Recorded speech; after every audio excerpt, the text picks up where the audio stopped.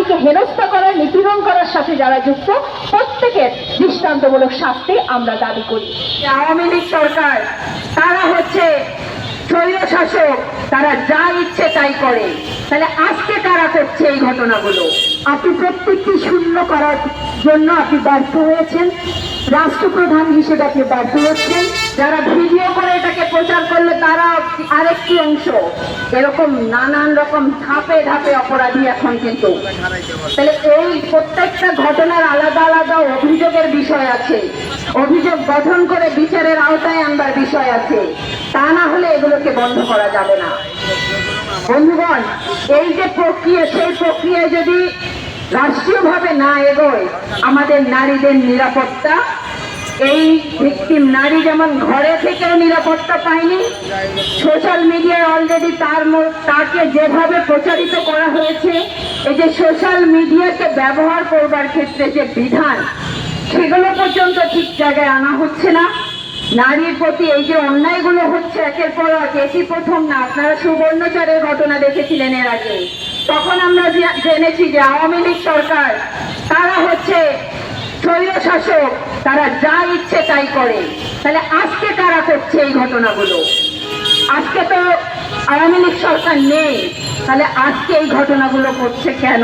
আমরা আজকে এই সমাবেশ থেকে নারী সমাজের পক্ষ থেকে তার কাছে দাবি জানাই, আপনি প্রত্যেকটি শূন্য করার জন্য আপনি ব্যর্থ হয়েছেন, রাষ্ট্রপ্রধান হিসেবে আপনি ব্যর্থ হচ্ছেন। আমরা আজকে 3টি শূন্য চাই তার কাছে। এক, আমরা নারীরা সকল ধরনের শ্রম শোষণ শূন্য সমাজ চাই। আমরা নারীরা ধর্ষণ এবং নিপীড়নের একটা শূন্য সমাজ চাই, কোনো ধর্ষণ হবে না, নিপীড়ন হবে না।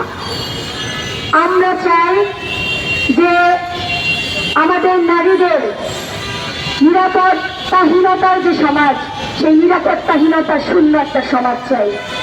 এই 3টা শূন্য সমাজ তিনি কি আমাদের শান্তিতে নোবেলজয়ী ডাক্তার ইউনূস তিনি কি দিতে পারবেন? আপনারা দেখেছেন যে সামাজিক যোগাযোগ মাধ্যমে যে ভিডিওটি ভাইরাল হয়েছে, সেখানে দেখা যাচ্ছে যে নারীকে বিবস্ত্র করে, অথবা নারী যে পর্যায়ে থাকুক তার বিবস্ত্র অবস্থায় আমরা দেখেছি যে সেখানে তাকে হেনস্থা করা হচ্ছে, তাকে নানাভাবে অত্যাচার করা হচ্ছে। আমরা এখানে ওই ভিডিওতেই কিছু পুরুষের সেখানে ছবি সেখানে উঠে এসেছে। সাথে সাথে আমরা বলতে চাই এটা একটা সুষ্ঠু তদন্ত হওয়া উচিত ঘটনার, এবং এই অপরাধের সাথে যারা যুক্ত, এই যে নারীকে হেনস্থা করার, নিপীড়ন করার সাথে যারা যুক্ত, প্রত্যেকের দৃষ্টান্তমূলক শাস্তি আমরা দাবি করি। আমরা সাথে সাথে দাবি করি সারা দেশে অসংখ্য নারী নির্যাতন, ধর্ষণ, হত্যার ঘটনা ঘটছে, সেই ঘটনাগুলো আমরা বিচার দাবি করি। আপনারা জানেন আমাদের পূর্ববর্তী বক্তারা বলেছেন যে বাংলাদেশে কিভাবে নারী শিশু নিপীড়নের ঘটনাগুলো ঘটেই চলেছে এবং এটা বেড়েই চলেছে।